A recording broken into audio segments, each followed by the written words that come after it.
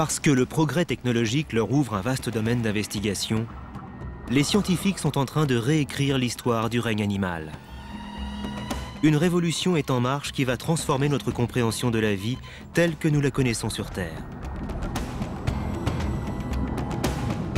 L'étude des héros méconnus de la nature, des créatures qui dépassent notre imagination, révèle les racines profondes de nos propres origines. Le domaine est immense. Nous sommes repartis à la recherche de nos origines. C'est l'histoire de la vie animale depuis son émergence. Une histoire complexe et mystérieuse dont les scientifiques tentent de percer les secrets. La réponse à ces questions fondamentales que nous nous posons à propos des origines de la vie. D'où venons-nous? Y a-t-il eu un premier spécimen dont nous serions tous issus? Je suis obsédé par la recherche de nos origines. D'où proviennent les organismes qui ont engendré la complexité animale? Un premier groupe d'animaux a été identifié. Il s'agit de créatures mystérieuses dont les descendants existent encore à notre époque. Elles paraissent si étranges, si anciennes et si différentes de tout ce que l'on peut observer. Elles sont vraiment magnifiques. Nous allons vous emmener à la recherche de l'animal originel, de l'ancêtre primitif, le responsable de la fabrique de la vie.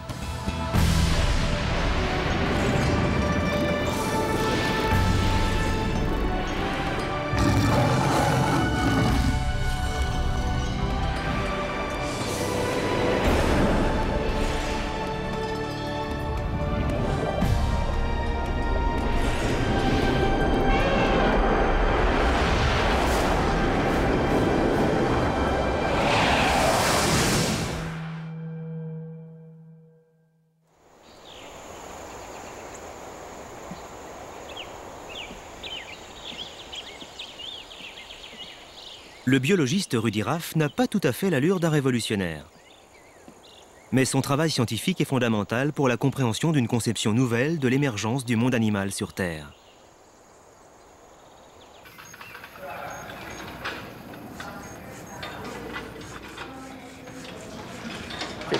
Il y a 50 ans, nous pensions avoir percé tous les mystères de l'évolution animale et des rapports entre les différentes espèces.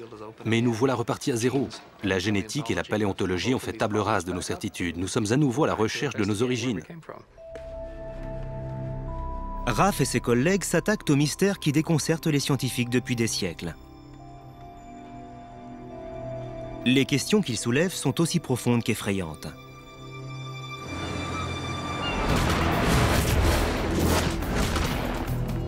Comment la vie sur Terre s'est-elle diversifiée jusqu'à créer des millions d'espèces?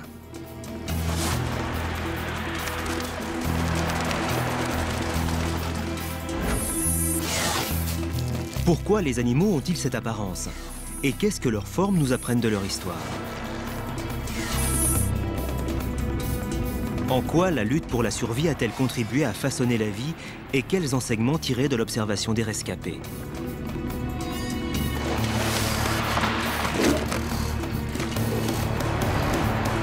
Enfin, comment les humains sont-ils nés de ce schéma complexe à l'origine de la vie sur Terre? Nous sommes à un stade où les recherches en biologie évolutive sont fascinantes. Il existe 3 disciplines que les récentes découvertes ont fait progresser. La synthèse des connaissances acquises permet désormais d'établir une histoire très complète de ce qui s'est passé. La première de ces disciplines est la paléontologie, dont les progrès récents ont permis aux scientifiques de résoudre un grand nombre d'énigmes au sujet des espèces disparues.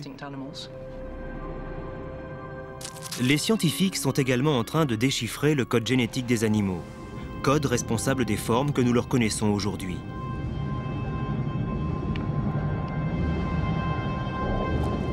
Il nous est enfin possible de mettre en parallèle les séquences d'ADN avec l'anatomie, afin d'établir un arbre généalogique rigoureux du monde animal.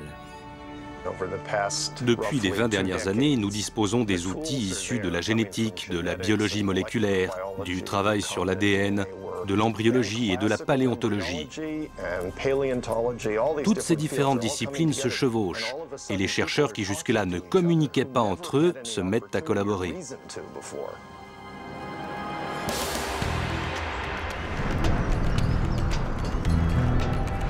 Les scientifiques percent les mystères du passé, siècle par siècle, couche par couche.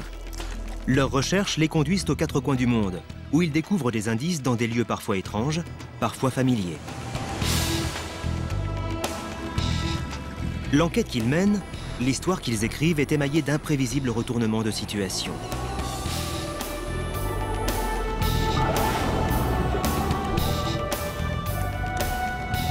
C'est un voyage à travers le temps. Une aventure au cœur de l'histoire naturelle, remplie de personnages anonymes et de héros méconnus.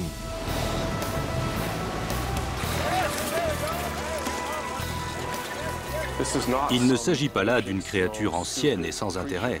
Nous avons affaire à un rescapé qui a survécu pour de bonnes raisons. On ne traverse pas 500 millions d'années si on est mal adapté.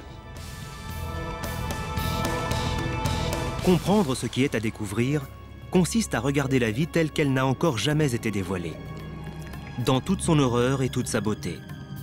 Des créatures les plus délicates aux plus complexes, nous allons rencontrer des animaux fantastiques qui semblent tout droit sortis d'un monde irréel.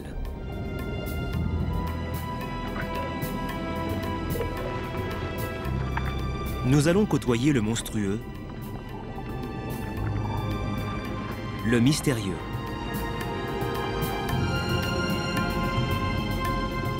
et le merveilleux.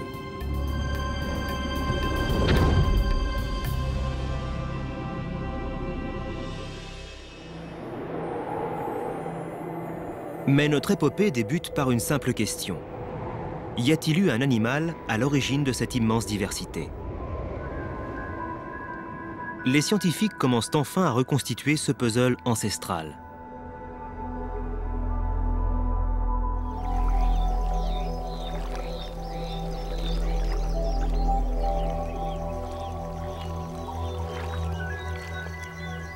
La quête démarre en Indonésie. Ce pays constitué de 17 000 îles verdoyantes, s'étirant comme un chapelet de joyaux entre Pacifique et océan Indien.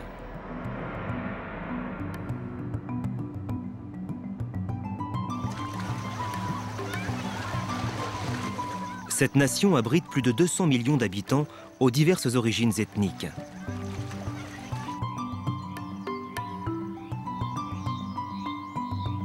Mais elle recèle aussi une vie d'une incroyable diversité.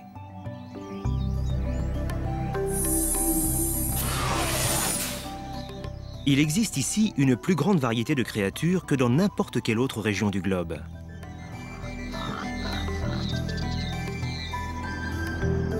La forêt tropicale a recouvert les flancs des volcans surgis du fond des océans. Le résultat est une lande qui a engendré une multitude d'espèces, des plus petits primates connus sur Terre, jusqu'à certains des plus grands singes.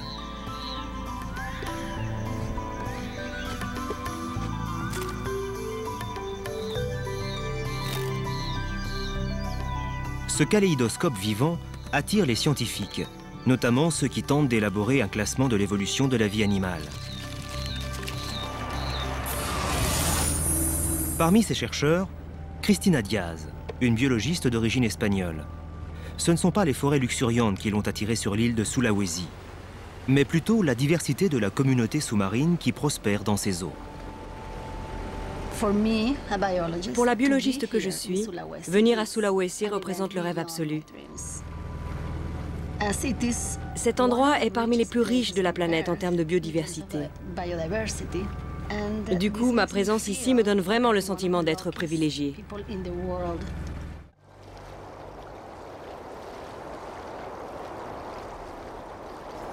Sous la paisible surface des eaux de Sulawesi, un monde grouille.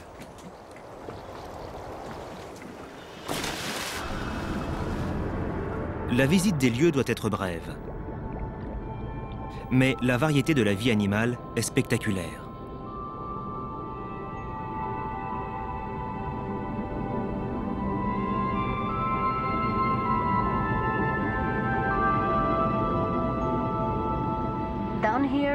Ici, on pénètre dans un autre monde.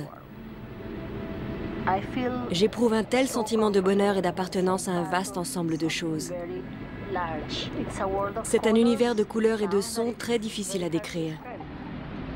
Il y règne comme un silence ponctué de petits craquements et rempli de vie.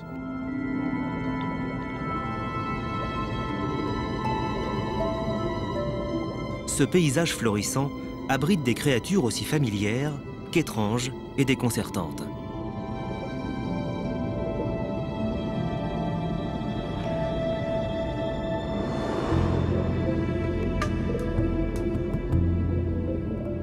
Là où d'autres ne verraient qu'un collage de formes colorées, Cristina Diaz distingue des motifs ordonnés.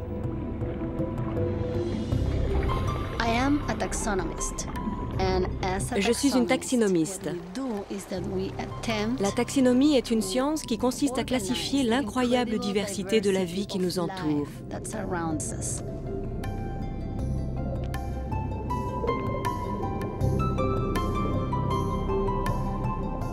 Cristina Diaz fait partie d'une longue lignée de scientifiques et de philosophes résolus à trouver une logique et une organisation à la vie afin de lui donner un sens.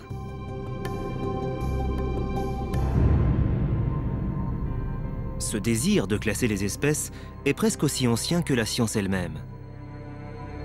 Aristote a sans doute été le premier à établir un système de codification pour classer les animaux d'après leurs similitudes morphologiques.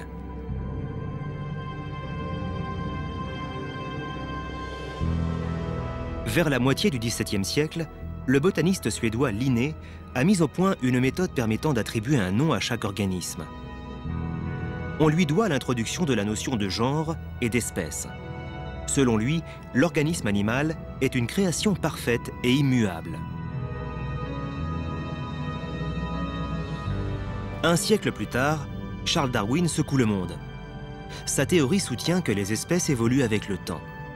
Qui plus est, elle implique que tous les animaux descendent probablement d'un seul et unique ancêtre commun.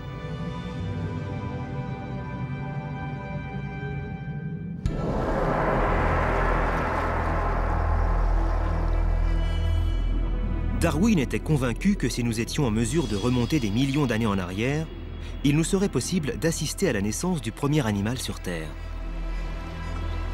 Au début, la Terre était dépourvue de toute créature vivante. Puis, il y a environ 3,5 milliards d'années, quelque chose de nouveau est apparu. La vie. Pendant près de 2,5 milliards d'années, des organismes unicellulaires ont dominé la Terre.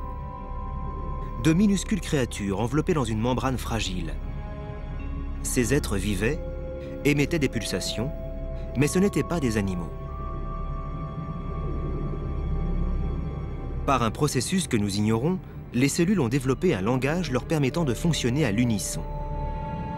C'est à partir de ce moment critique que la vie sur Terre a pris un tournant décisif. Le premier animal venait de prendre forme. Mais quelle était cette créature ?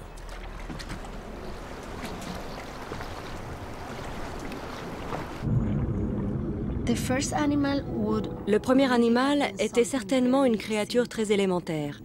Il n'avait probablement pas de tête, ni de cerveau, ni de gueule, ni le moindre organe interne, et devait être invertébré.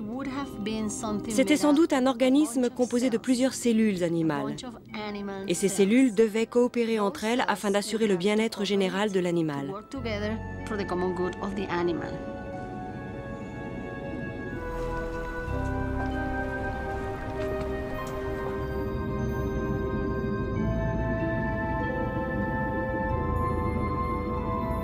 Aussi étonnant que cela puisse paraître, de telles créatures existent toujours dans ces eaux.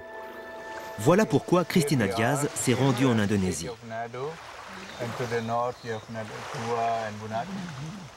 Sur cette île, Hans Batuna est une légende vivante. Ce médecin retraité est considéré ici comme le grand-père de la plongée sous-marine au nord de Sulawesi.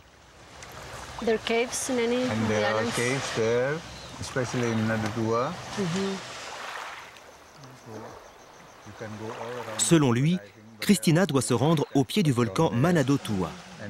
Dans ce secteur, il existe un récif qui s'enfonce dans la mer, à plusieurs centaines de mètres de profondeur. Là, elle va trouver ce qu'elle cherche.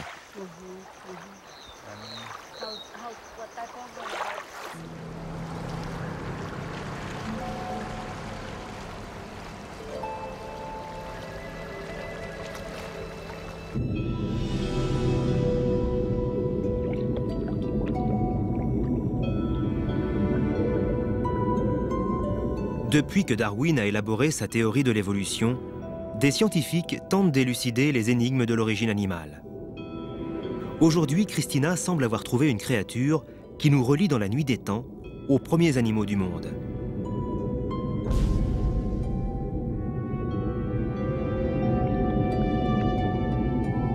Il s'agit d'une créature à l'apparence étrange. Un être dépourvu de système nerveux, de muscles, de membres et de cerveau. Son corps se définit par un assemblage diffus de cellules. Il s'agit de l'éponge, un organisme très ancien.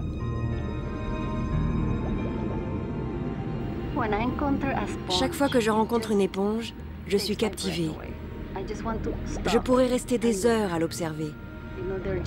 Les éponges sont si étranges, si anciennes et si différentes de tout ce que l'on peut voir au fond de l'océan.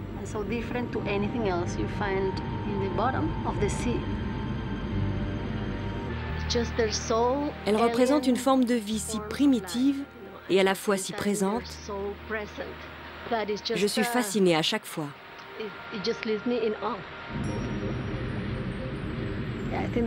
Je les trouve magnifiques, originales et si mystérieuses. Ce qui les rend attirantes, c'est qu'elles renferment tant de secrets que nous devons découvrir. Je suis convaincue que certains de ces secrets sont d'une importance capitale.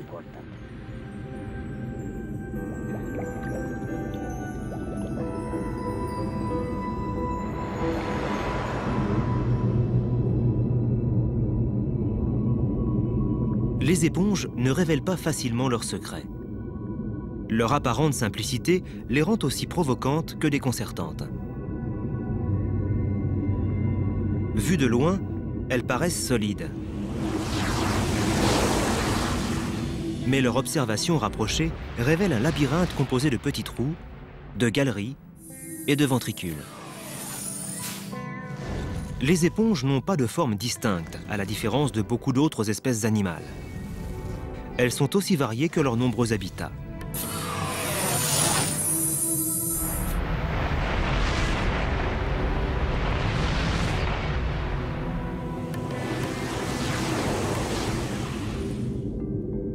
Les scientifiques ont répertorié plus de 9000 espèces différentes d'éponges.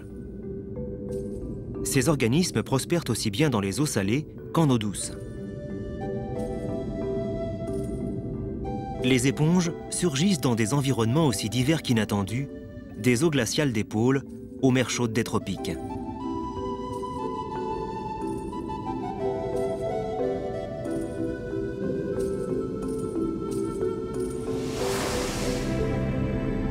Christina considère que l'éponge est un animal vivant. Mais pendant des siècles, les scientifiques ont débattu de la question.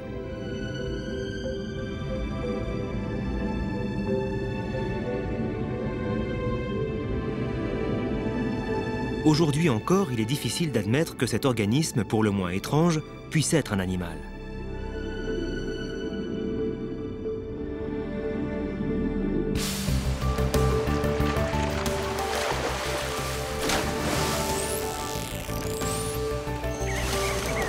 Les animaux sont mobiles. Ils se nourrissent.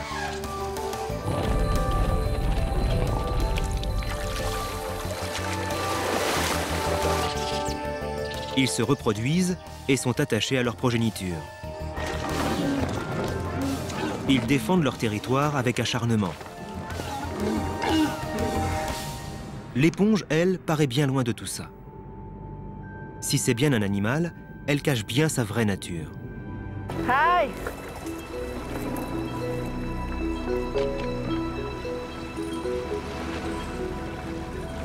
Pour l'aider à révéler les mystères des éponges, Christina fait équipe avec Mark Erdman, un biologiste. Hi there, Christina. Hi. Welcome to Bunaken. Thank you.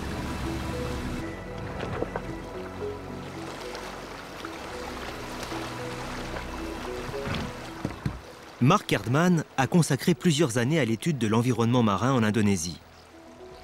Il connaît ces eaux et les récifs qu'elles abritent. Aujourd'hui, Christina veut explorer un tombant qui s'enfonce à plusieurs centaines de mètres de profondeur. Ensemble, ils vont longer la falaise à la recherche d'éponges qui ne vivent qu'à cet endroit. Il y a pas mal d'éponges intéressantes le long de la falaise. Il y a tellement d'espèces non répertoriées dans ce secteur. Les échantillons qu'ils vont prélever vont permettre d'étudier un monde fascinant, celui de l'infiniment petit où les éponges vont se révéler plus dynamiques.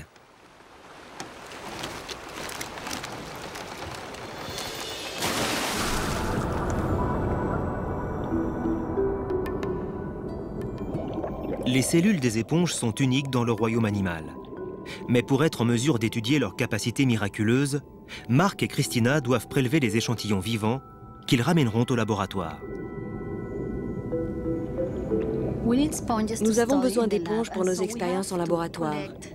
C'est pourquoi nous prélevons des échantillons en coupant des morceaux de spécimens pour les analyser. Il s'agit de créatures dépourvues de système nerveux, c'est donc une opération indolore. Avec le temps, la partie que nous avons coupée repoussera comme si de rien n'était. Tous les animaux dépendent des relations qui existent entre les cellules qui les constituent. Mais Christina et d'autres chercheurs ont démontré que les cellules de l'éponge ont une manière unique de fonctionner. En faire la démonstration est un moment exceptionnel. À la différence de la plupart de nos cellules, celles de l'éponge ont un certain degré de liberté. Après plusieurs heures, elles se regroupent et fabriquent une multitude de nouvelles éponges. Aucun autre animal ou végétal n'est capable d'une telle résurrection.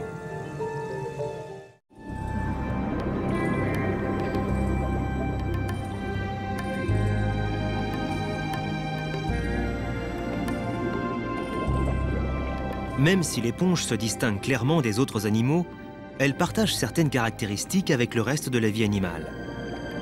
Ces cellules sont maintenues en partie par une protéine appelée collagène et dont disposent tous les animaux de la planète. Le collagène est la protéine qui est la plus abondante dans le monde animal. Elle constitue un système de soutien pour le corps de l'éponge, soit sous la forme de petites fibres qui relient les cellules entre elles, comme c'est le cas pour toutes les éponges, soit sous une forme plus résistante et corpulente qui lui confère le support et la rigidité nécessaires lorsqu'elle éprouve le besoin de développer sa taille.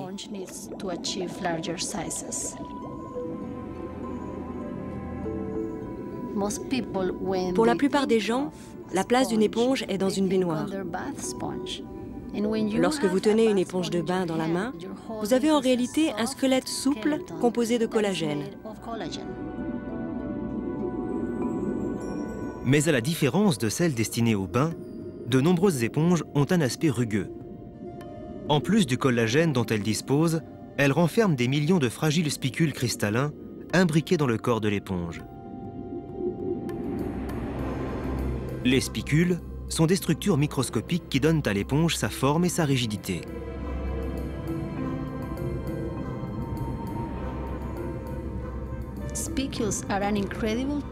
Les spicules sont un outil très précieux qui nous permet de distinguer la plupart des éponges qui vivent dans les océans. Il nous est possible d'identifier une espèce ou un groupe d'éponges par le genre ou par la taille des spicules, mais également par la façon dont ceux-ci sont organisés à l'intérieur du corps de l'éponge.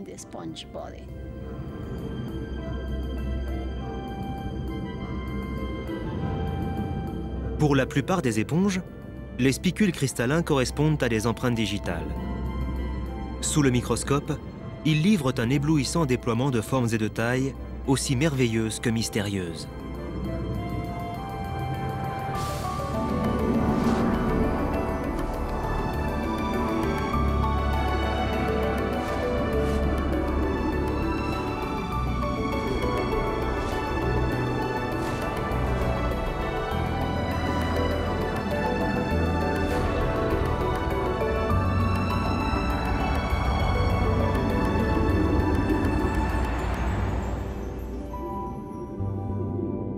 Si l'éponge est un animal, elle doit se nourrir pour survivre. Elle ne semble pourtant pas disposer de gueule. Alors comment fait-elle? L'éponge est une fantastique pompe qui requiert une incroyable coordination de ses cellules pour fonctionner.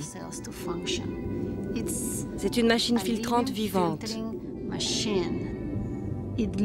Elle se nourrit en aspirant de l'eau dont elle filtre les éléments nutritifs. Ces créatures à l'apparence inerte travaillent dur afin de pouvoir se nourrir. Imaginez que pour récolter environ 30 grammes de nourriture, une éponge doit aspirer près d'une tonne d'eau à travers son corps. Pouvez-vous imaginer devoir ingurgiter une tonne de liquide pour que votre corps récupère l'équivalent de 30 grammes de nourriture? Christina étudie les éponges depuis des dizaines d'années et pourtant, elle ne les a jamais vues se nourrir dans leur environnement. À ce jour, peu de personnes ont eu ce privilège. Afin d'observer ce qui est invisible, Christina injecte un colorant inoffensif dans l'eau à proximité du corps d'une éponge.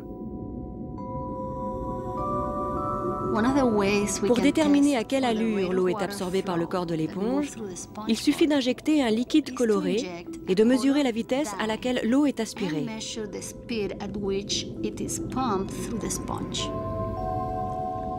En ce qui me concerne, c'est la première fois que je mène une telle expérience. Il y a des années que je rêvais de saisir une telle opportunité.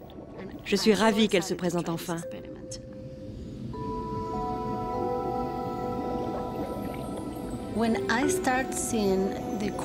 Lorsque j'ai vu le liquide teinté s'échapper de l'éponge, à peine 2 secondes après l'avoir injecté, je n'en ai pas cru mes yeux. Ce flux d'eau puissant et continu qui se répandait sans interruption du corps de l'éponge était une démonstration éloquente de l'existence d'une dynamique chez cet organisme.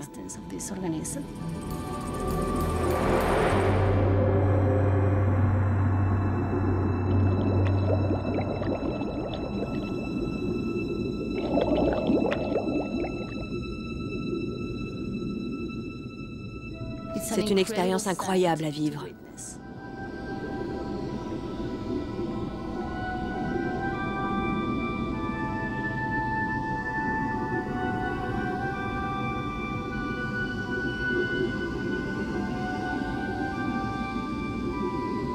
Ces exhalations impressionnantes sont la preuve que l'éponge pompe activement. Dépourvue de gueule, elle aspire l'eau directement à travers les parois spongieuses de son corps. Parois qui sont criblées de millions de ventricules et de canaux minuscules. Comment fait-elle? Quels secrets se cachent à l'intérieur de cette bête mystérieuse? Le meilleur moyen d'en savoir plus est de pénétrer au cœur même de l'éponge en passant à travers un de ses nombreux portails.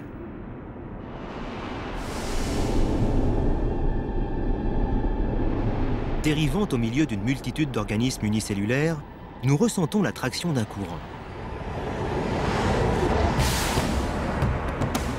Au sein de ce monde étonnant, les cellules de cette éponge travaillent pour l'intérêt commun, chacune dans son domaine.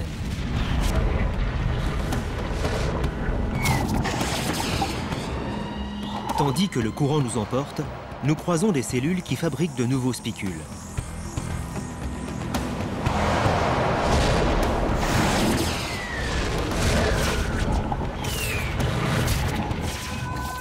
Les parois elles-mêmes sont traîtresses.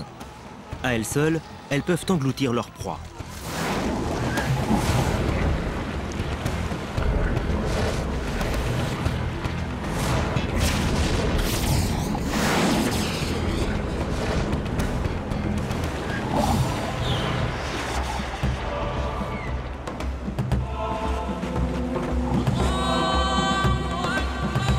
Nous poursuivons notre course à travers des passages de plus en plus exigus.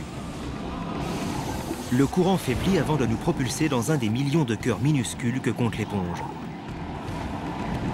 Ce sont les choanocytes, des cellules dont les tentacules en forme de fouet alimentent la pompe. Le courant s'accélère à nouveau et nous emporte cette fois à travers un dédale de canaux qui débouche dans la cavité centrale de l'éponge.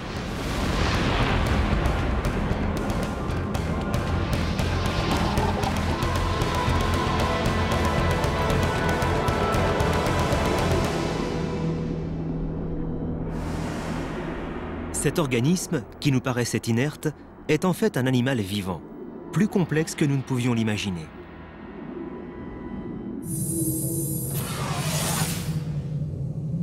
En pompant, l'éponge fait plus que simplement se nourrir.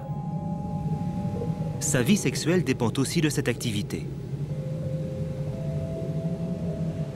Il y a environ 500 millions d'années, ces animaux étaient les tout premiers à avoir une reproduction à caractère sexué.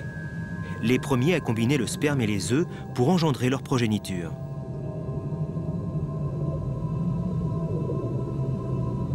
Abandonnée à la dérive, une partie du sperme aura peut-être la chance de pénétrer une autre éponge de la même espèce. Si tout se passe bien, la semence ira féconder les œufs.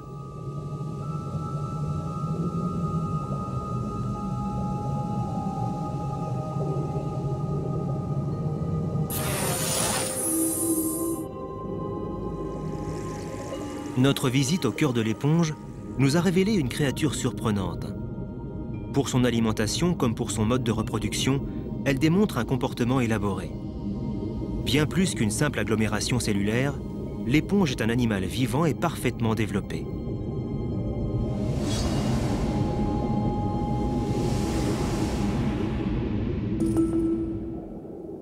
Malgré leur aspect primitif, ces organismes continuent à se développer au sein de la diversité planétaire. Les éponges jouent d'ailleurs un rôle prépondérant dans la vie de nombreuses créatures.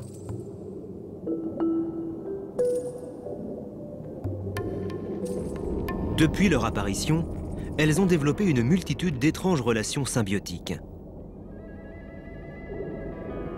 Ces concombres de mer de quelques centimètres de long bénéficient du pompage effectué par les éponges. Profitant de l'inertie de ces dernières, les concombres se servent de leurs tentacules pour accrocher les grosses particules alimentaires que l'éponge ne peut absorber. C'est un festin, et c'est l'éponge qui régale. Sur les récifs surpeuplés d'Indonésie, les éponges servent de sanctuaire à un grand nombre de créatures des plus variées. De petits poissons se cachent dans leurs parois ou se perchent mystérieusement sur leurs tourelles.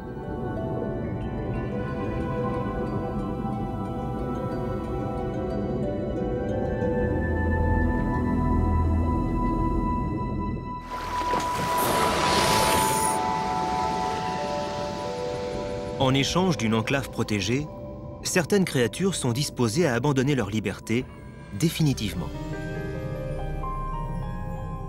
Ce petit spécimen est une éponge à crevettes.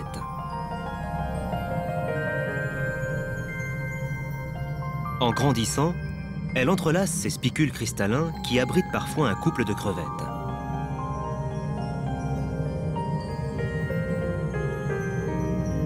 Là, les petits crustacés s'accouplent et croissent. Et s'ils deviennent trop grands pour en sortir, ce nid d'amour vitré sera leur seule et unique demeure.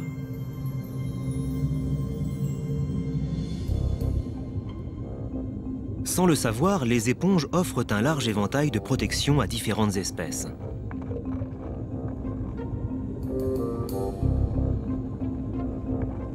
Ce crabe sectionne un morceau d'éponge avant de s'en servir comme d'un chapeau.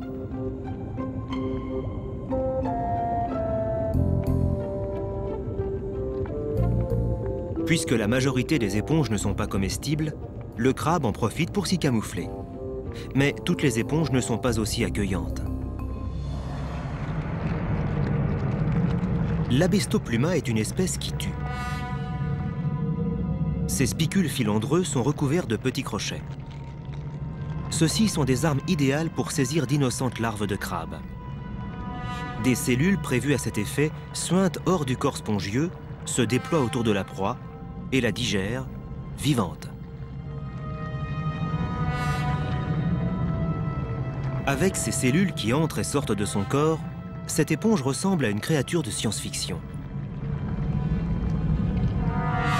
Elle n'est pas vraiment le genre de candidat à qui on voudrait décerner le titre de premier animal de la création.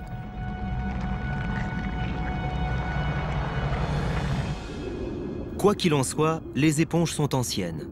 Si anciennes que les scientifiques se sont souvent demandé si elles étaient vraiment nos ancêtres. Ces créatures primitives, si différentes des autres formes de vie, ont-elles pu engendrer toutes les autres espèces, y compris l'homme?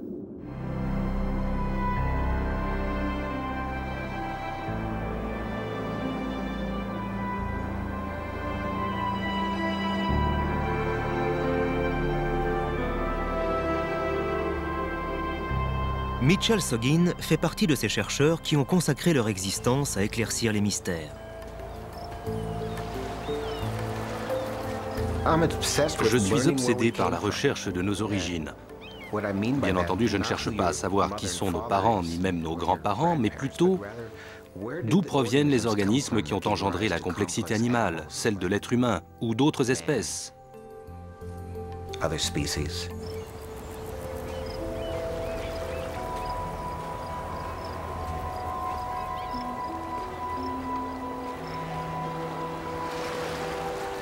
Chercheur spécialisé dans la biologie de l'évolution, Mitchell Soggin travaille au laboratoire de biologie marine de Woods Hole, à Cape Cod, dans le Massachusetts. C'est là qu'il tente de trouver des réponses aux questions qu'il se pose.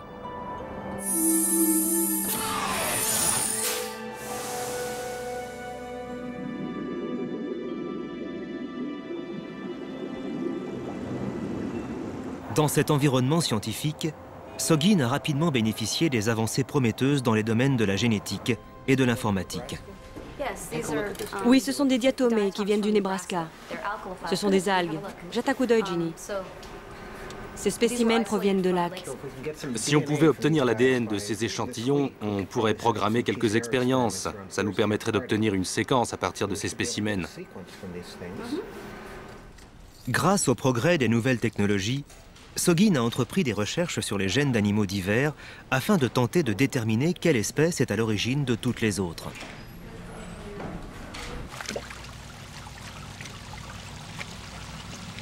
En recherchant l'origine des animaux, essentiellement d'un point de vue moléculaire évolutionniste, il est possible d'effectuer une approche hiérarchisée, à l'issue de laquelle on peut dire « Je reconnais que les premiers animaux n'étaient certainement pas des vaches, des cochons ou des humains, ce devaient être des organismes beaucoup plus simples. » Dans les années 1980, Soggin se fixe un objectif stimulant, découvrir la créature à la base du royaume animal.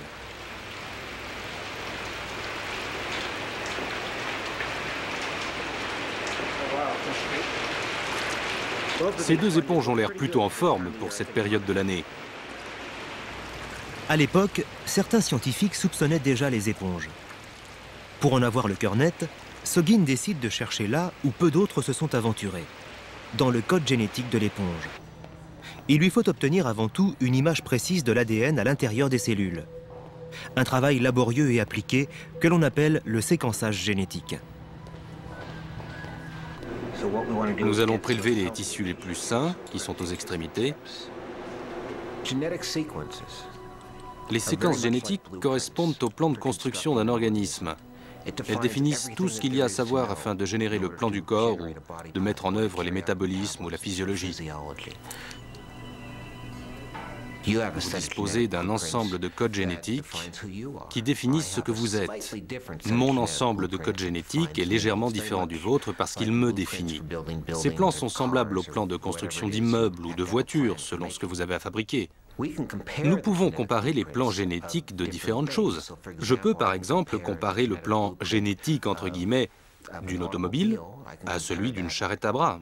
Il existe dans ces plans un minimum d'éléments communs entre ces deux véhicules qui sont pour le moins disparates. Et il est possible de faire la même chose en termes d'organismes.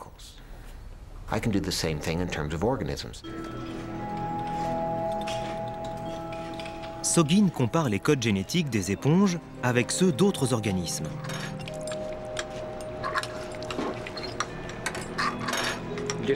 Cette simple agitation devrait suffire à désorganiser les cellules et nous permettre d'en extraire l'ADN assez facilement. Mitchell Soggin se concentre sur un gène commun aux deux organismes. Mais les gènes ne sont pas identiques et les subtilités de leurs différences seraient révélatrices. Si les gènes de deux animaux révèlent une légère variation, c'est qu'ils sont étroitement liés. En regroupant ainsi les animaux, Soggin peut constituer un arbre généalogique. Celui qui se trouve à la base de l'arbre est l'ancêtre, ou le basal. Durant de longues années, les biologistes ont soutenu que les éponges étaient basales à tous les autres animaux de l'arbre évolutif. Mais il n'existait aucun moyen sûr et objectif de l'affirmer. Il a fallu attendre l'avènement du procédé de séquençage moléculaire.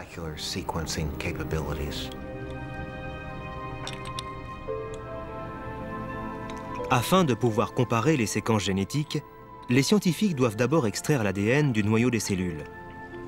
Le code vivant peut alors être transformé en données avant d'être analysé.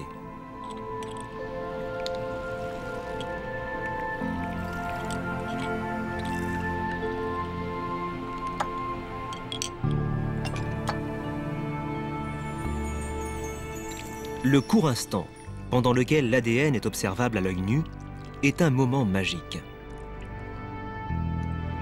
Ces filaments délicats comportent les instructions de fabrication d'un animal et un registre fascinant sur la manière dont il a évolué.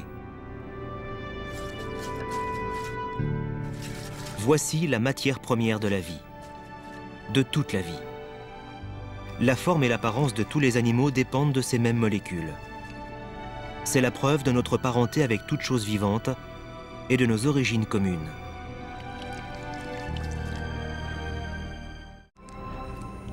Aujourd'hui, de puissantes machines ont pris le relais de cette tâche ardue que représente l'analyse des séquences génétiques.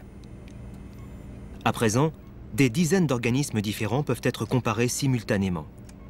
Ce qui prenait des mois de travail astreignant en laboratoire est désormais accompli en une seule journée.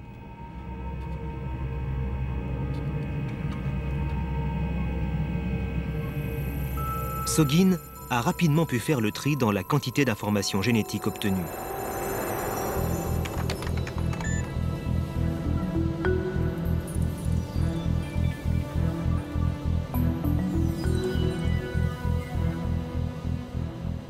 Nous choisissons les gènes dont nous pensons qu'ils sont les candidats appropriés pour l'étude et nous déterminons la séquence d'un gène précis provenant de l'éponge et le comparons au même gène que l'on trouve dans une méduse.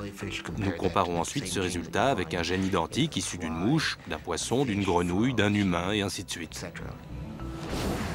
Le code génétique est composé d'une série de 4 lettres répétées des milliers de fois. Soggin s'est concentré sur un gène en particulier afin de déterminer comment celui-ci a changé et varié dans l'ADN de différents animaux.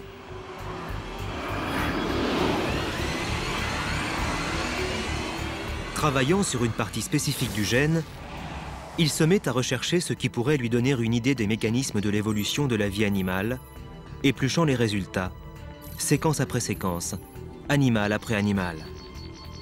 L'arbre généalogique se dévoile progressivement.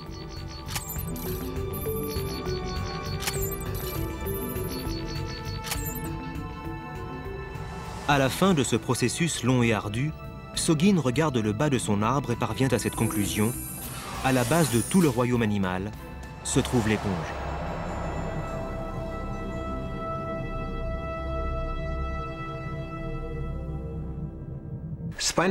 Les éponges se trouvent à un moment critique dans l'évolution de formes de vie plus complexes sur cette planète.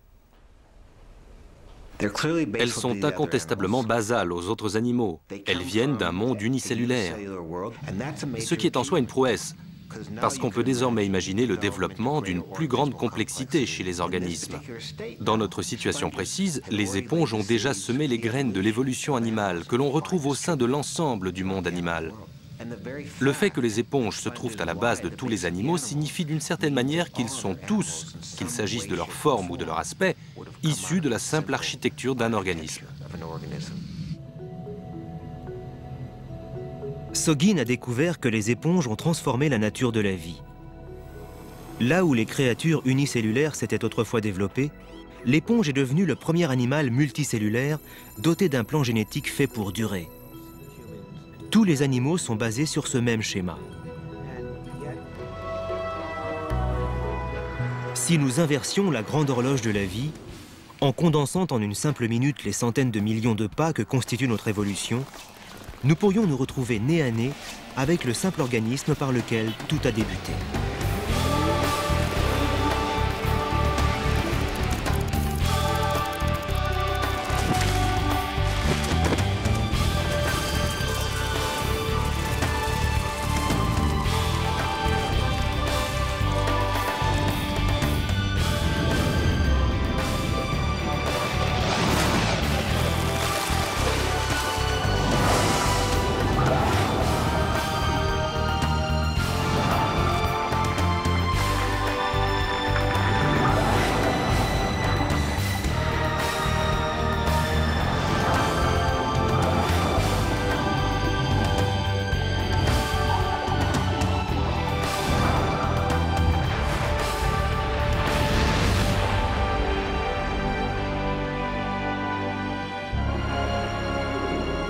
La route est longue, qui sépare le simple organisme qu'est l'éponge de la complexité sophistiquée dont nous sommes dépositaires.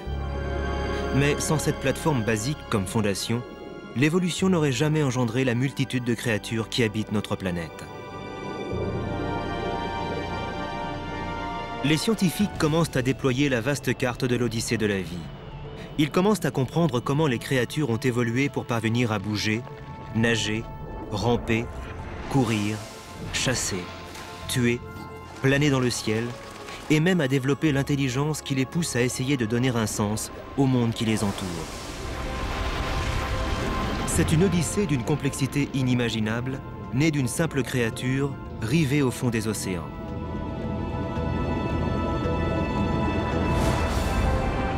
Cette saga se poursuit aujourd'hui encore.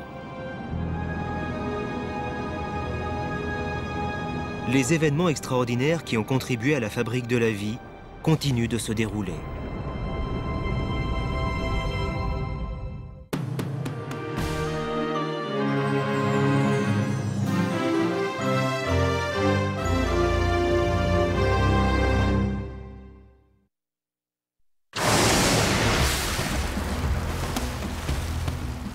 Se mouvoir.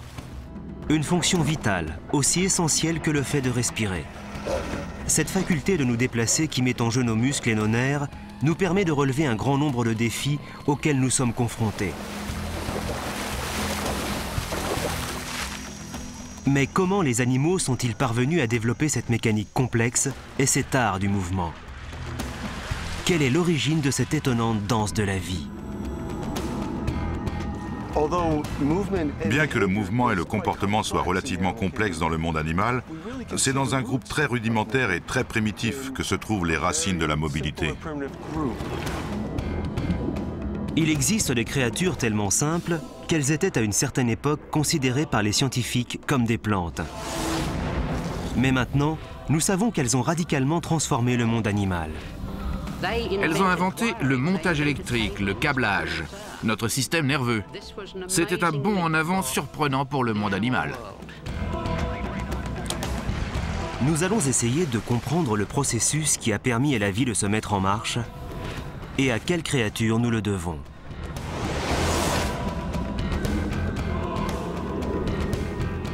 En effet, l'héritage que nous ont transmis ces héros méconnus a modifié à jamais le cours de l'évolution.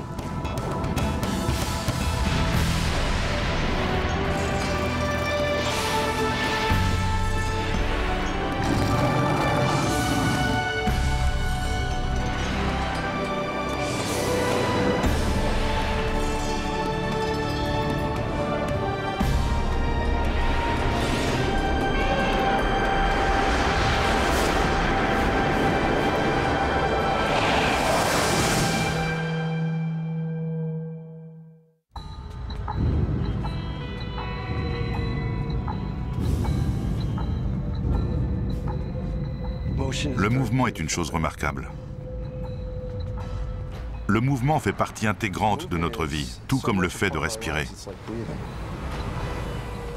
Nous n'y pensons même pas.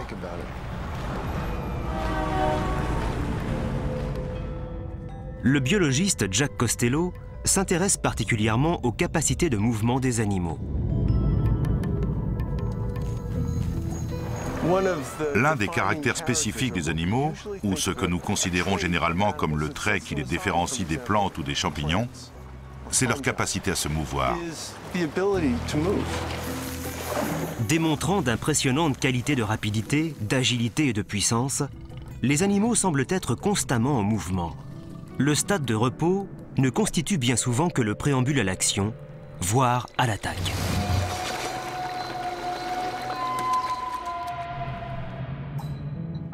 Les animaux perçoivent le monde qui les entoure et réagissent en fonction, chacun à leur manière.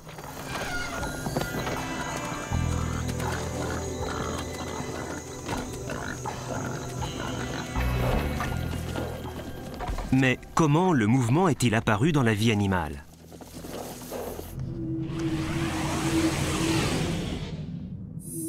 Au large des côtes rocheuses de Rhode Island, existe un monde aquatique qui détient peut-être la réponse. Jack espère bien percer ce mystère. S'il nous était donné de remonter le temps sur des centaines de millions d'années, il est persuadé que nous pourrions découvrir les pionniers qui ont introduit le mouvement et le comportement dans le règne animal. Mais il n'a pas besoin d'une machine à remonter le temps. Dans ces eaux sombres et froides, Jack pense pouvoir trouver une créature très proche de ses anciens pionniers.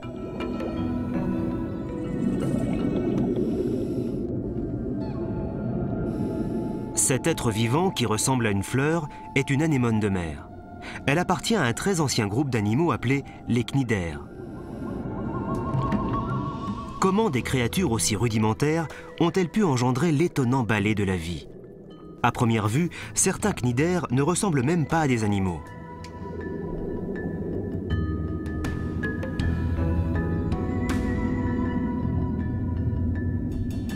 Les cnidaires qui croissent au fond de la mer, avec leurs tentacules déployés, offrent généralement peu de différence avec les algues qui les entourent. C'est pourquoi les premiers scientifiques à les avoir étudiés les ont classés parmi les plantes. Pendant des siècles, ces organismes ont laissé les scientifiques perplexes. Aujourd'hui, Jack Costello considère que l'apparition des premiers cnidaires est à l'origine d'une révolution.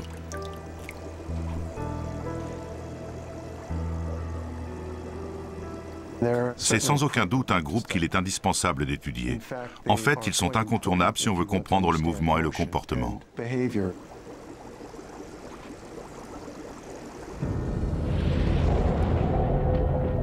Il y a des centaines de millions d'années, bien avant que les animaux ne nagent dans les océans ou se déplacent le long des fonds marins, il n'existait qu'un seul groupe animal, les éponges.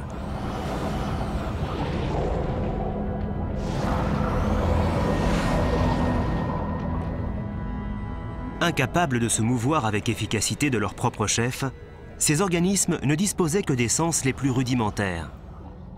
Par un mécanisme de pompage, les éponges filtraient les minuscules particules de nourriture contenues dans l'eau. La structure de ces êtres était des plus succinctes, à peine un vague amas de cellules. Puis des créatures beaucoup plus complexes sont apparues. Elles allaient changer le monde animal. C'étaient les premiers cnidaires.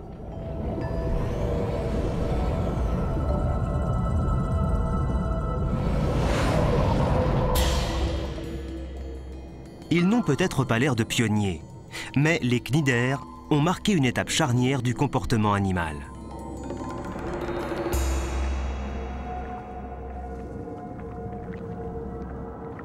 Ces créatures ont été les premières à posséder des tentacules sensibles, capables de s'étendre et de percevoir le monde.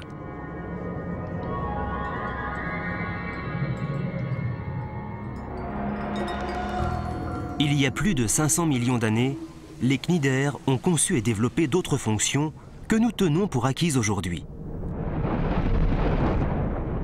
C'est un animal qui possède une bouche, à laquelle est relié un estomac qui digère la nourriture.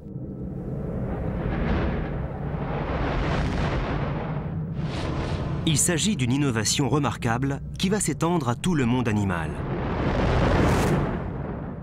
Mais les cnidaires vont générer des inventions plus importantes encore. Ces créatures, aux allures d'une simplicité trompeuse, vont inventer le mouvement. Les premières ébauches ont dû ressembler de très près à ces subtils frémissements.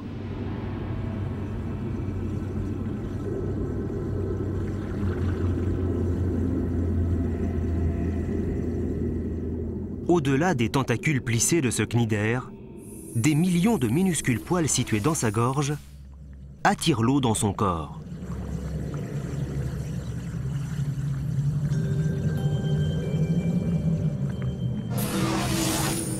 Vu en accéléré, cet animal semble pousser et croître à mesure que l'eau remplit son corps pour créer un squelette liquide. Il peut maintenant se tenir droit, prêt à l'action.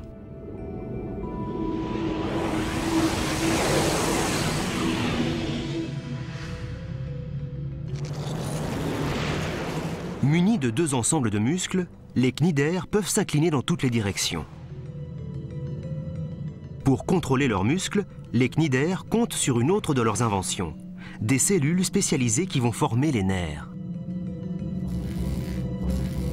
Empruntant ce réseau nerveux, des impulsions électriques déclenchent la contraction d'un ensemble de muscles, ce qui permet à l'animal de se redresser. En contractant l'autre ensemble de muscles, l'animal peut s'incliner dans la position idéale pour attraper de la nourriture.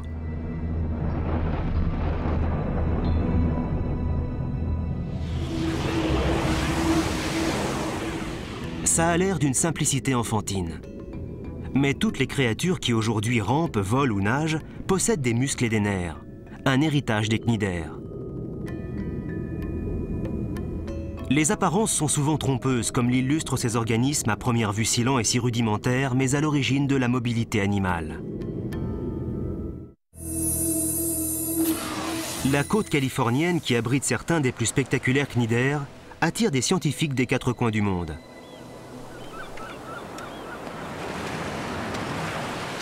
Pour le biologiste Ian Lone, ce rivage rocheux est un paradis.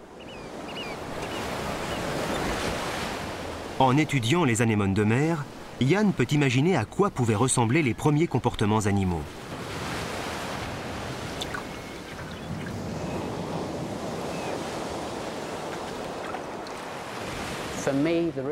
À mes yeux, toutes les questions réellement fascinantes en biologie concernent les origines.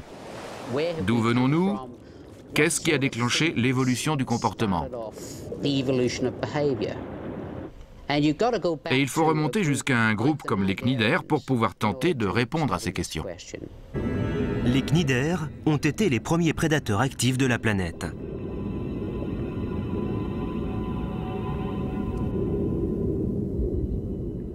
Tout comme ses ancêtres, cette anémone de mer à l'apparence docile est capable de prendre au piège des proies se déplaçant à une grande vitesse.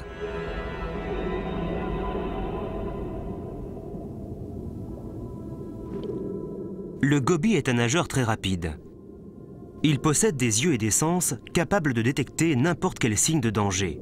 Son cerveau est à même d'analyser des signaux complexes. Il est donc apparemment très bien équipé pour la survie.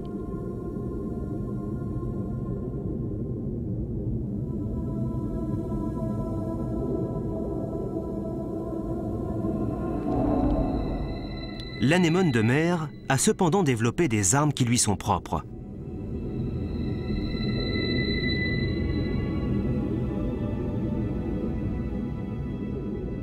Ces tentacules sont recouverts de millions de capsules spéciales appelées nématocystes.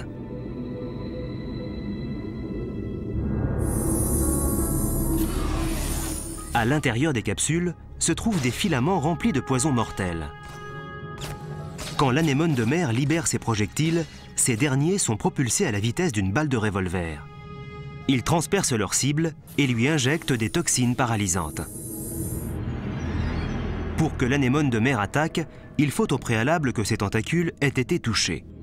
C'est pourquoi la proie doit venir à proximité de l'animal. L'apparence végétale de l'anémone de mer dissimule parfaitement ses intentions particulièrement mortelles. Se tenant silencieusement à l'affût, l'anémone de mer attend sa proie.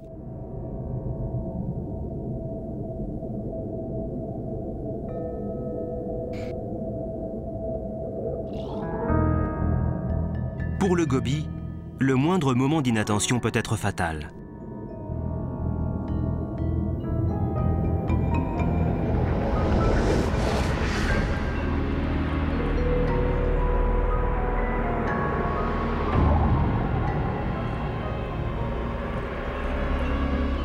Faisant entrer de force le poisson dans sa bouche, l'anémone de mer va le dévorer à l'aide des instruments conçus par ses aïeux.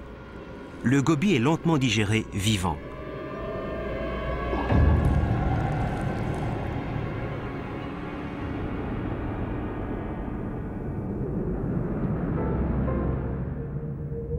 Pendant plus d'un demi-milliard d'années, les cnidaires ont perfectionné et adapté leurs nématocystes.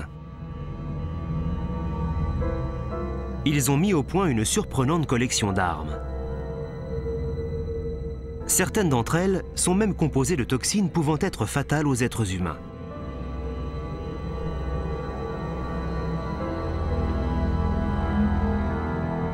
Mais ces puissants projectiles ne sont pas utilisés dans le seul but de se procurer de la nourriture. Ce sont aussi des armes dressées contre leurs propres congénères.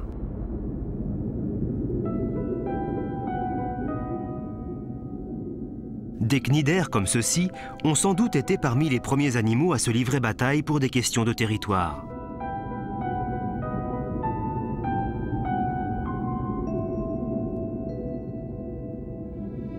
Ces anémones de mer semblent coexister pacifiquement. Apparemment, tout a l'air tranquille.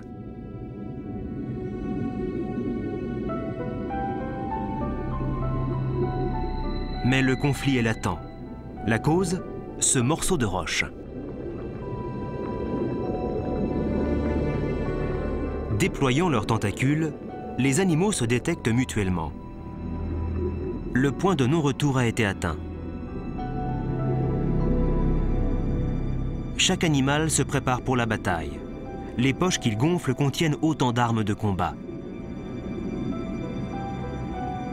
Chaque poche est remplie de centaines de munitions. C'est un véritable réservoir d'ogives chargé de toxines.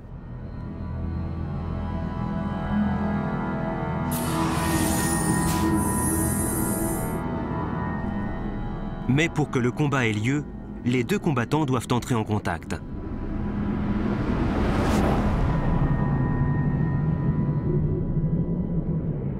Et le combat commence.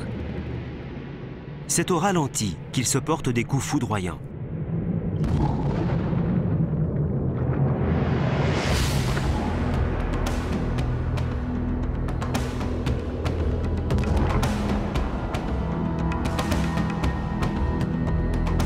Les batailles d'anémones de mer peuvent durer des heures, voire des jours. Le combat est violent et peut même conduire à la mort.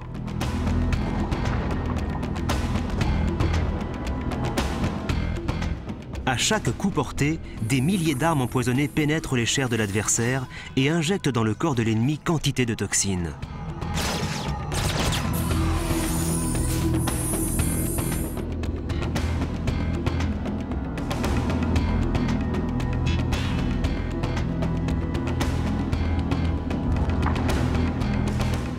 Une fois leur arsenal épuisé, les poches d'armes sont en lambeaux.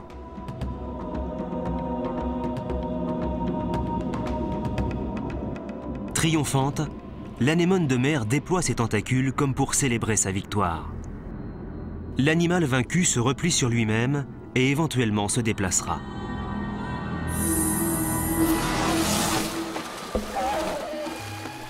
Les animaux ont toujours dû se battre pour exister, et les raisons sont des plus variées.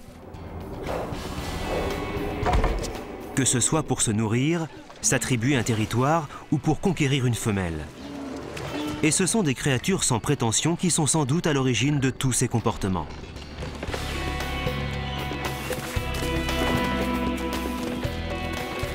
Si les cnidaires ont semé les graines de la violence, ils ont aussi créé un mode de vie plus harmonieux, la coopération.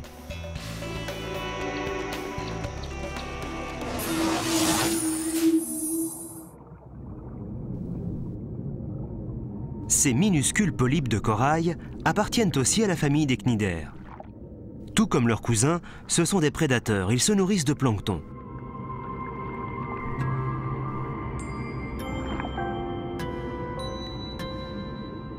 Mais ces polypes ont renoncé au combat individuel. Au lieu de quoi, ils se sont réunis en de vastes colonies.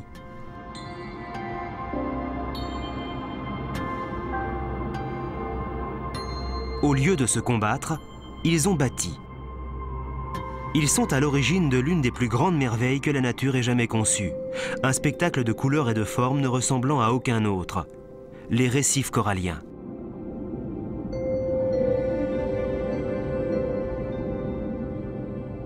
Au large de la côte nord-est de l'Australie, la Grande Barrière de Corail s'étend sur plus de 1500 km. C'est un trésor sans égal, regorgeant d'une vie dépendant entièrement du labeur de minuscules cnidaires.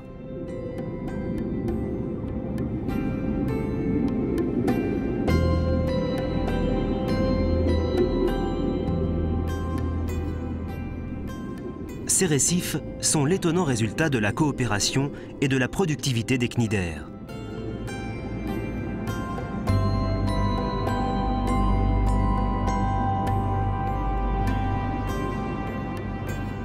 Au cours des siècles, cette construction remarquable, fruit du travail des polypes de corail, a pris une telle ampleur qu'elle est visible depuis l'espace.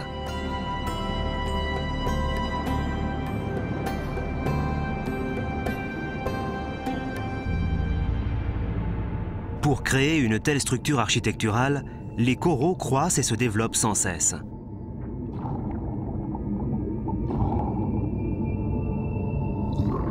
Toutes les espèces de coraux synchronisent leurs frais. C'est l'un des spectacles les plus surprenants de la nature, et il se produit chaque année pendant les mêmes nuits. Personne n'a jamais totalement compris ce qui provoque le fait que des millions de polypes de corail éjectent leurs œufs et leurs spermes en un unique déploiement tourbillonnant.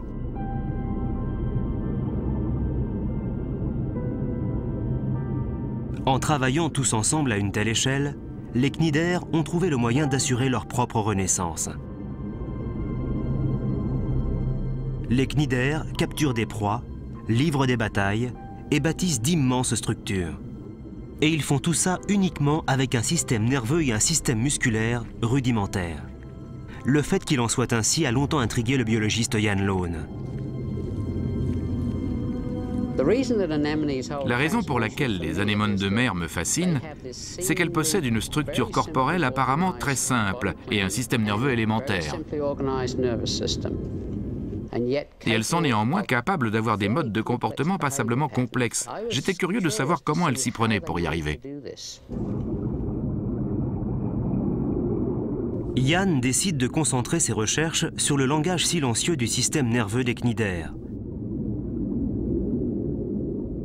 Comme sujet d'étude, il prend l'une des anémones de mer les moins ordinaires, un cnidaire solitaire appelé Stonphia coccinea.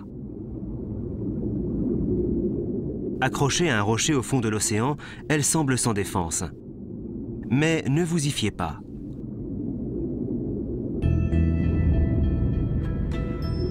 À première vue, cette anémone de mer représente un repas facile pour n'importe quel prédateur résolu. Aujourd'hui, elle est convoitée par un ennemi furtif, l'étoile de mer Dermasterias imbricata. Analysant son environnement à l'aide de ses tentacules sensoriels, l'étoile de mer s'approche lentement de sa proie.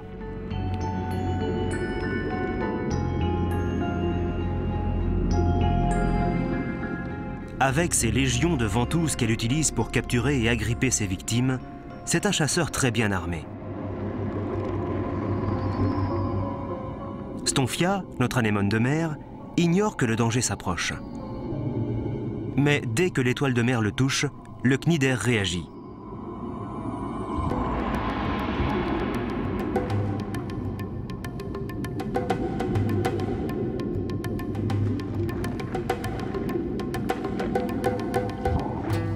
D'un bond, et dans une étourdissante manœuvre défensive, il se libère du rocher et s'éloigne du prédateur.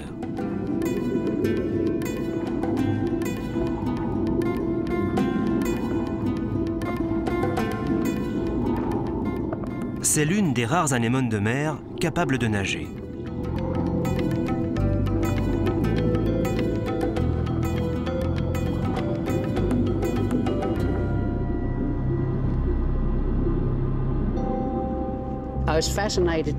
C'est fascinant d'étudier ce qui permet à Stonphia de se comporter d'une manière si complexe alors qu'elle possède un système nerveux élémentaire.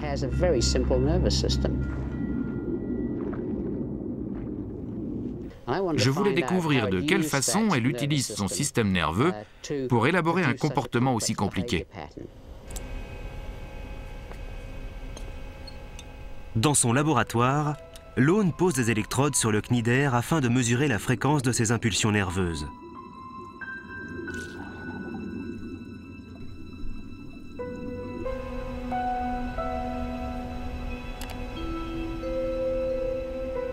Tout d'abord, il caresse légèrement l'anémone de mer à l'aide d'un pinceau.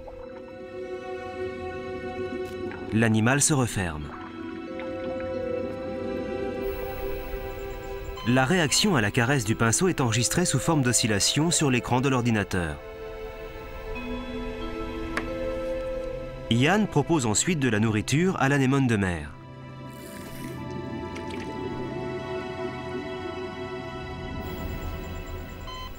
Comme prévu, cela déclenche une excitation nerveuse chez l'animal et celui-ci se met à manger.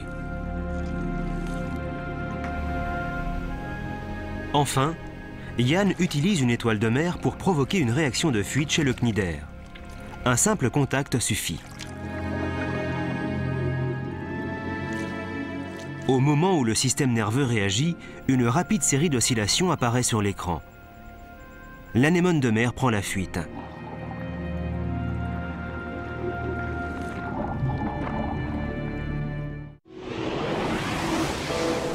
Yann découvre que le comportement dépend à la fois de la fréquence et du nombre des impulsions nerveuses.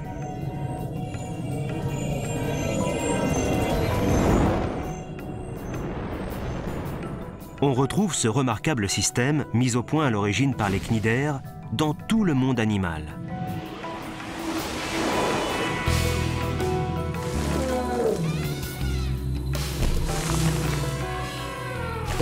Les cnidaires sont le premier groupe à l'avoir conçu.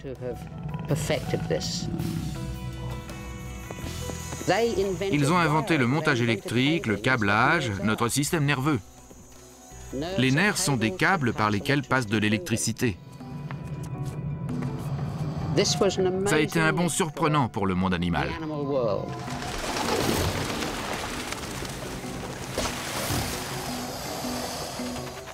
Les animaux ont développé une incroyable collection de manières de se mouvoir, d'agir et de réagir. Et tout a débuté avec les cnidaires.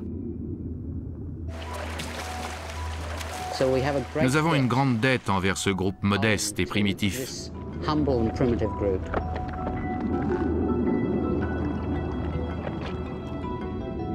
Malgré leurs prouesses révolutionnaires, les plus anciens cnidaires restaient liés au fond de la mer.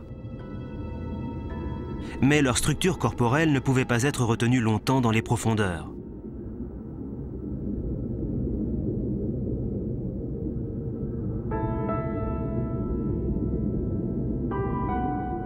On ignore toujours quand et où l'événement s'est produit. Mais il y a plus de quelques millions d'années, certains cnidaires ont évolué dans une direction totalement nouvelle.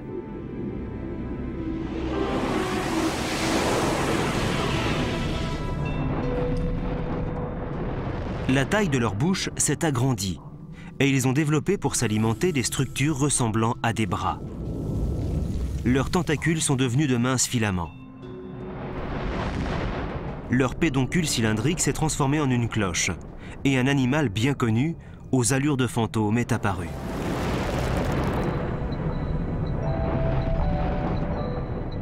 Ayant évolué en méduses, les cnidaires ont sans doute été les premiers animaux à nager dans les océans de la planète.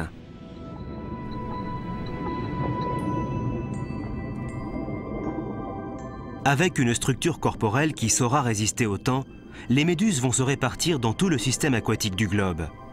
Aujourd'hui, ces créatures qui dérivent dans les océans sont prolifiques et présentent une étonnante variété de formes et de tailles. De nombreuses méduses constituent la nourriture d'autres organismes. C'est le cas pour cette jeune tortue de mer.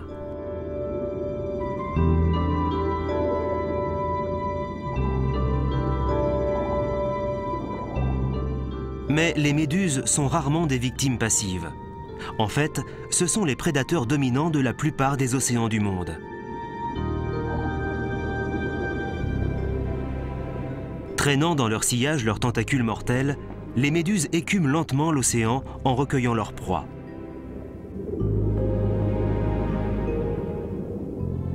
Comment des créatures à ce point évanescentes et apparemment incapables de se diriger peuvent-elles être de tels prédateurs ? Leurs hypnotiques mouvements ondulatoires dissimulent-ils un secret mortel?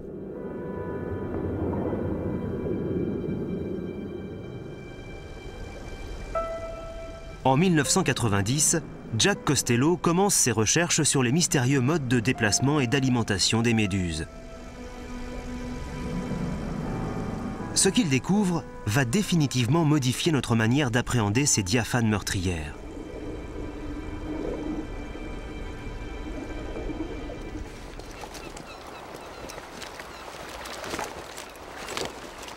À Greenwich Cove, sur Rhode Island, Jack conduit un groupe d'étudiants sur les lieux où il a mené les recherches qui sont à l'origine d'importants progrès. Jack dispose d'une caméra sous-marine. En enregistrant heure par heure les mouvements des méduses, il a pu étudier minutieusement pourquoi et comment elles nageaient de cette manière.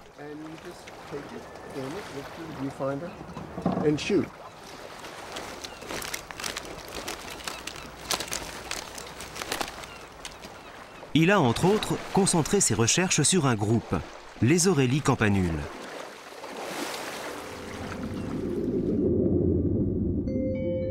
Au début de leur vie, les Aurélies sont de minuscules polypes accrochés au fond de la mer. Ce sont des formes spectrales de vie, pas plus grosses que la mine d'un crayon.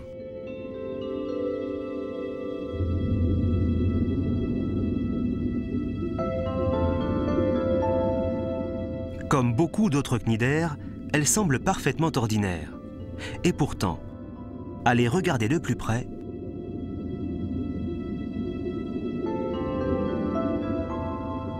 en fait, seulement quelques fois par an, les Aurélies subissent une des transformations les plus fantastiques du royaume animal. À un moment donné, ces polypes vont commencer à se diviser.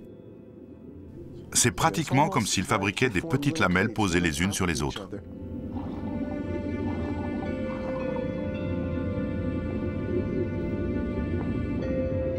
Chaque polype forme des douzaines de lamelles oranges. Chacune de ces lamelles devient à son tour un animal appelé Éphyra.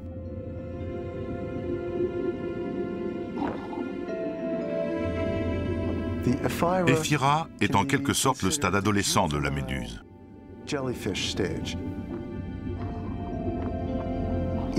Chacune d'entre elles se détache du pédoncule du polype et s'éloigne à la nage.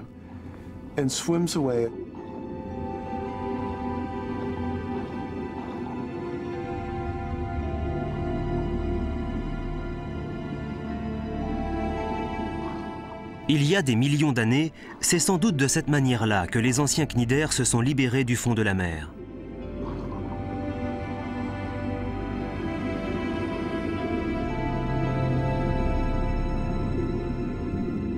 Pendant un mois, le temps de devenir adulte, la méduse adolescente va se nourrir de plancton.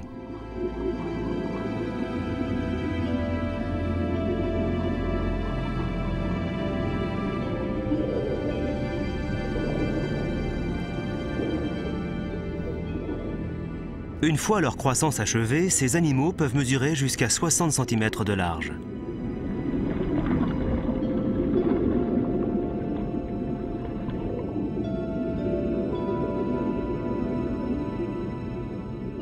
Pendant le frai, ces méduses se rassemblent en de gigantesques essaims le long de la côte.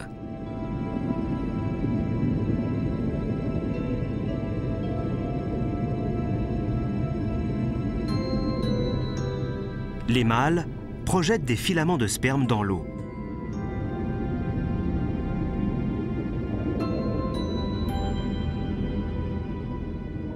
Recueillant les filaments à l'aide de leurs bras plissés, les femelles capturent et ingèrent le sperme qui va ensuite féconder leurs œufs.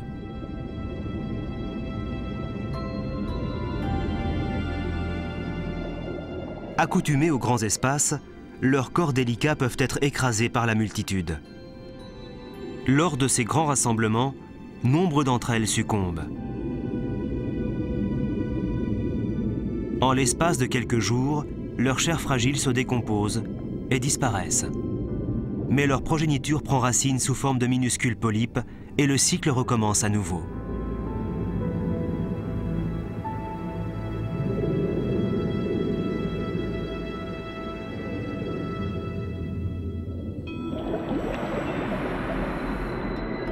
Le cycle de vie des Aurélies est remarquable. Mais Jack Costello est encore plus intrigué par une chose qu'elles font quotidiennement. Il est fasciné par la façon dont elles bougent. Ces heures d'enregistrement lui révèlent que les méduses nagent constamment. Mais en dépit de tous leurs mouvements, elles semblent n'arriver nulle part.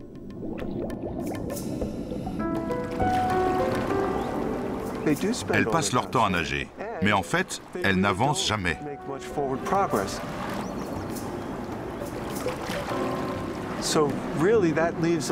C'est pourquoi nous nous interrogeons sur la raison qui les pousse à nager constamment. Ce qui intrigue tout autant Jack, c'est le fait que les méduses ne soient pas conçues pour se mouvoir facilement dans l'eau. En fait, la forme de leur corps semble plutôt destinée à les ralentir. Cette forme de disque aplati est probablement l'une des formes les moins adaptées à la progression dans l'eau que l'on puisse imaginer.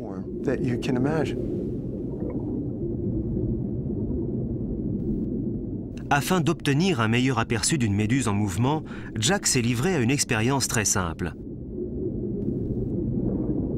Y a-t-il un dessin caché dans la forme du corps des méduses?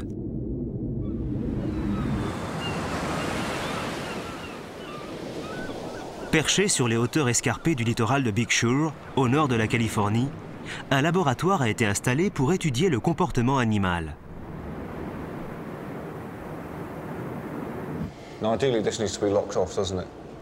Entouré d'une équipe de cinéastes, Jack fait la démonstration de son expérience. Le sujet en est une méduse de la taille d'une goutte d'eau.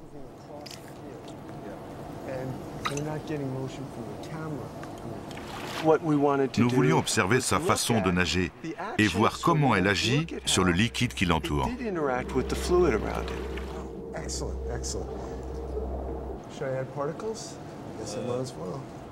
Jack Costello ajoute de minuscules particules visibles dans l'aquarium, ce qui lui permet d'observer la façon dont l'eau circule autour de la méduse. Maintenant, lorsque la méduse nage, on constate la formation d'un courant. Le secret de l'animal se dévoile peu à peu.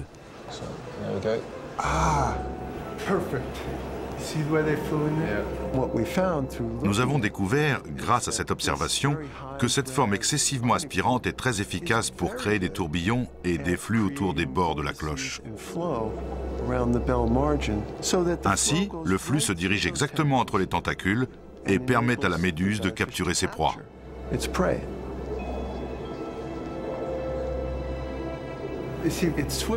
Vous voyez, ici elle est en train de nager, et c'est le mouvement de sa nage et le flux créé par celle-ci qui amène les proies sur les surfaces de capture. Donc en réalité, ce corps que nous considérions comme totalement inefficace pour le déplacement se révèle très efficace pour créer le flux qui permet à l'animal de se nourrir.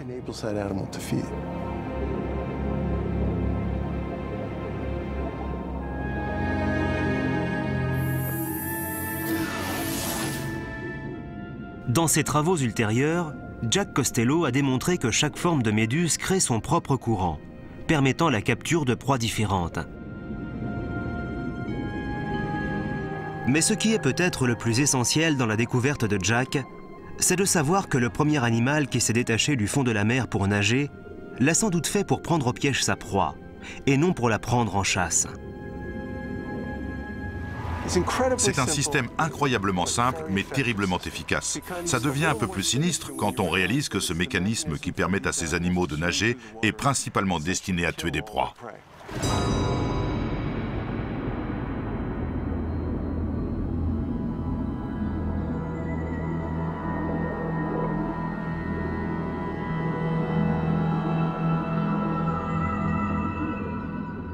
Les scientifiques savent que les méduses s'épanouissent dans les parties supérieures des océans. Mais en existe-t-il autant dans les grandes profondeurs?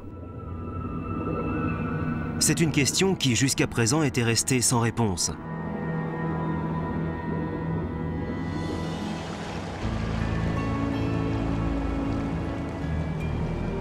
Le navire de recherche Western Flyer croise dans les eaux de Monterey, au large de la Californie. Il a pour mission de fouiller les profondeurs de l'océan à la recherche de cnidaires. Grâce à un véhicule télécommandé appelé ROV, les scientifiques peuvent accéder au plus profond de l'océan, un univers que peu d'humains ont la chance de contempler. Leur quête de cnidaires les conduira à quelques 2500 mètres de profondeur.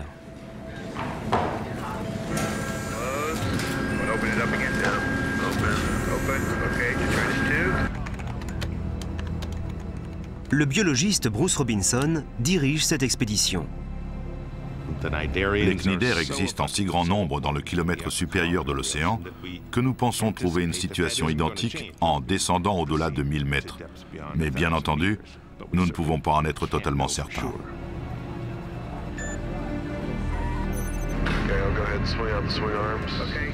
C'est le plus grand espace de vie de la planète.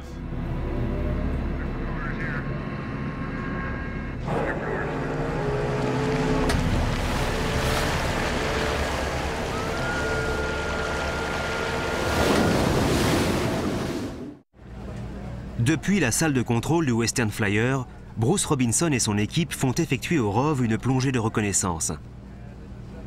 Les scientifiques doivent déjà être performants dans des eaux peu profondes, avant de pouvoir envoyer le matériel dans les profondeurs. Tout se passe sans problème. Les premiers 1000 mètres leur offrent des vues familières, mais spectaculaires.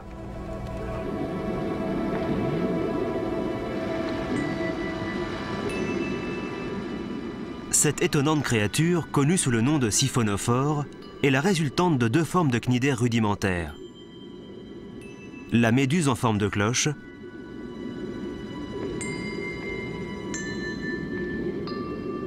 et le polype à forme caudale avec ses tentacules traînants.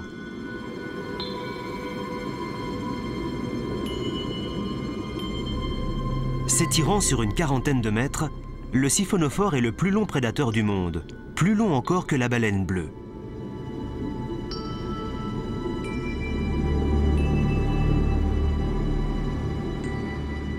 Ses tentacules urticants balaient l'eau tel un gigantesque filet de pêche.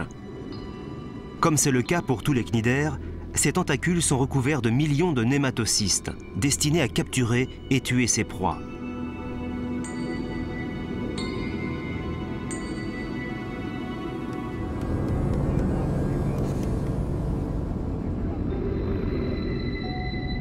Plus en profondeur, l'équipe repère une méduse appelée Colobonema, une méduse au surprenant système de défense. Lorsqu'elle est effrayée, elle libère ses tentacules, les abandonnant derrière elle comme autant de leurres destinés à distraire ses éventuels poursuivants.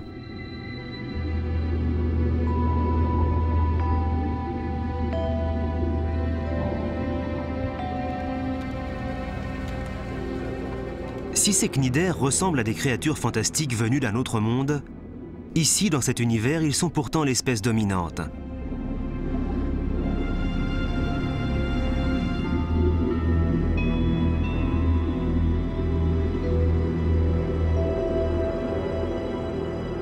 Bien qu'en très grand nombre, les méduses ne sont pas pour autant faciles à capturer. Même à l'aide de containers spécialement conçus, cela demande un certain doigté. Alignons-nous. Nous sommes légèrement au-dessus du repère. Essayez d'aligner le réservoir avec ce repère lumineux. C'est un spécimen en parfait état. Oh yes, yes, yes, yes. All right, bingo. La plongée d'essai est terminée. L'équipe récupère le ROV. All right, good one.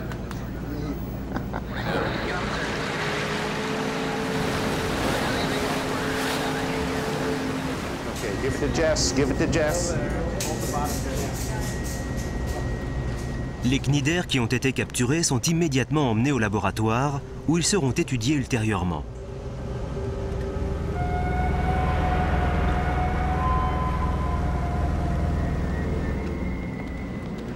La prochaine plongée n'a rien à voir avec une plongée de reconnaissance.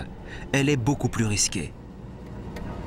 Cette fois, l'équipe du Western Flyer se dirige vers des profondeurs inconnues, à 2500 mètres et plus. Maintenant, nous allons être à même d'atteindre un territoire qui n'a encore jamais été exploré.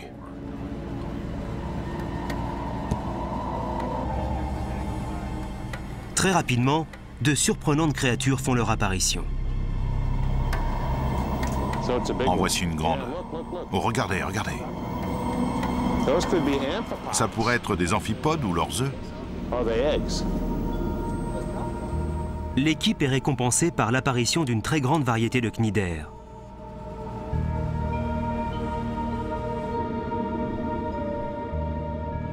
Où que la caméra se tourne, un nouveau spécimen apparaît. Juste en haut, sur le côté droit. Tu le vois?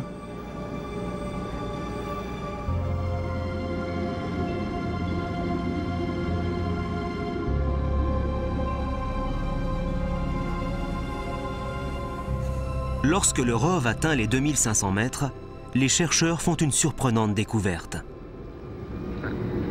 Qu'est-ce que c'est? Remonte un peu, s'il te plaît. C'est une nouvelle espèce, un nouvel animal.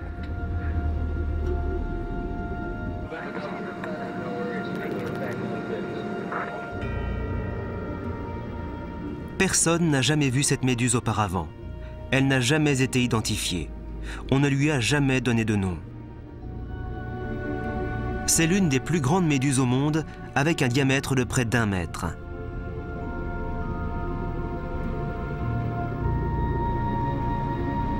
Contrairement aux autres cnidaires, cet animal ne possède pas de tentacules, mais de très gros bras charnus.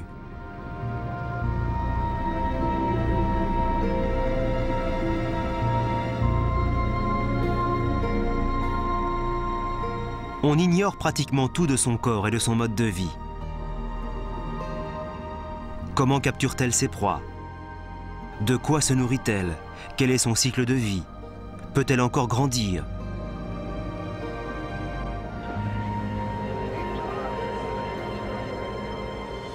Découvrir de nouvelles formes de vie est passionnant.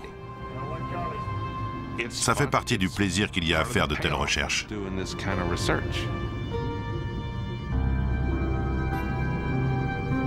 À la fin de leur mission, Bruce Robinson et son équipe ont découvert une myriade de cnidaires vivant au-delà de 1000 mètres de profondeur.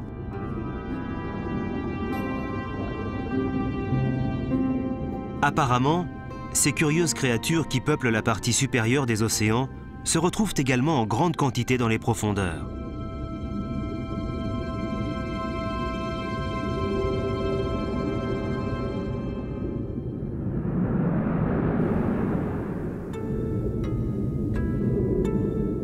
Il y a des millions d'années, d'improbables pionniers ont engendré une révolution. Les cnidaires ont mis la vie animale en mouvement, introduisant par là même la notion de comportement.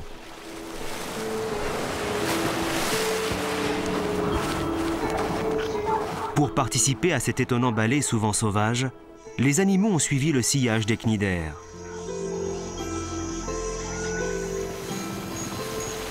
Le mouvement animal est d'une extrême complexité. C'est l'une des caractéristiques spécifiques attribuées généralement aux animaux. La capacité à se mouvoir.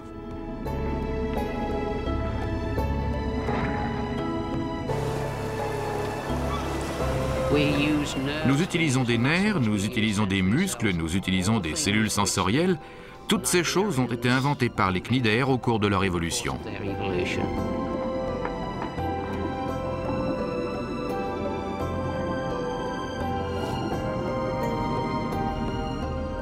La majorité de ce que nous considérons comme acquis aujourd'hui a vu le jour avec les cnidaires, ces héros méconnus du royaume animal, ces créatures rudimentaires qui ont à jamais introduit le mouvement dans la fabrique de la vie.